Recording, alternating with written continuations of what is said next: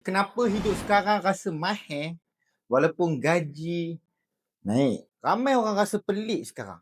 Gaji naik, kerja tambah, tapi hidup rasa makin sempit. Masalahnya bukan semata-mata gaji pokok kita. Secara struktur, kos hidup hari ni naik pada benda yang tak boleh kita langsung nak elak.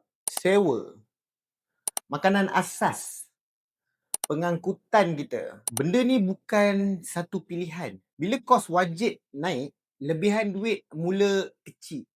Walaupun pendapatan kita bertambah setiap tahun. Itu disebabkan orang rasa dengan bekerja lebih keras akan dapat hasil yang seimbang. Walhal ataupun sebenarnya tidak. Hasil tetap tak seimbang. Dah nak jadikan cerita, banyak kos hari ni bersifat berulang-ulang. Langganan kita, cas-cas kecil yang tak nampak dan komitmen senyap. Satu tak rasa berat, tapi bila terkumpul, dia mula makan ruang hidup kita sendiri. Jadi rasa hidup mahal ni bukan perasaan sebenarnya.